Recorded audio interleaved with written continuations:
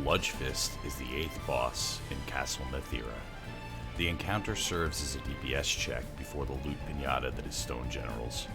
I've disagreed with most people who would say that the current raid tier is overtuned, but this guy changed my tune just a little bit.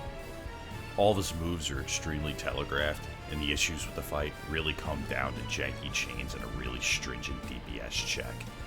I expect some sort of change in the near future, some sort of nerf, or hopefully he just becomes easier with higher item levels. The main mechanic of this fight involves the tanks getting him to charge into the 4 pillars in the center of the room, which will destroy the pillar, and it'll temporarily stun the boss and double the damage he takes.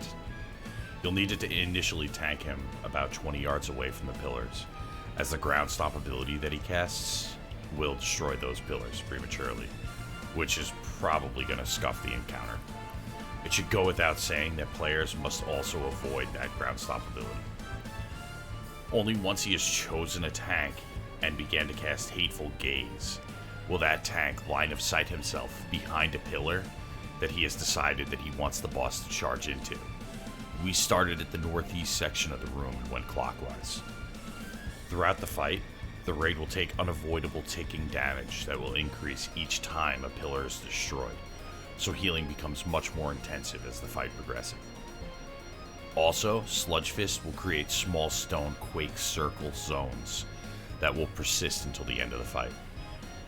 They'll deal a little bit of damage to you and slow you when you walk through them, and they'll spawn on random players, so it's very beneficial to have your raid stacked up against a wall and to move together so that you can save as much space as possible. Sludgefist will also roar periodically, pushing everyone in the raid back. This does very little damage, but be careful to avoid the quake circles when running back into position. Sludgefist's melee swings double hit, dealing damage to the closest player to the active tank. If no other players are in range, the active tank will take both attacks from the double hit. So while this mechanic is very simple, it's extremely important for the tanks to stay stacked on one another for the entire encounter. Sludgefist will cast chains on non-tank players in the raid. This ability chains 2 randomly chosen players together for the entirety of the fight. Those players will instantly die if they move any more than 12 yards apart from one another.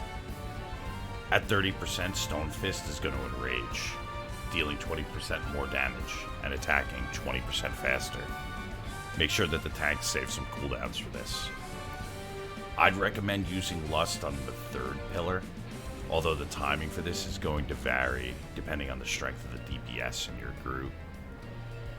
So, there's a lot going on in this encounter. It's really not an easy encounter. We ran into a lot of problems initially with melee and range DPS getting chained to one another, and they would die and we wouldn't have enough DPS for the end of the fight. We kept getting 1-2% wipes. We wound up kicking all the melee players from the group because we were in a pug and we had the liberty to do so.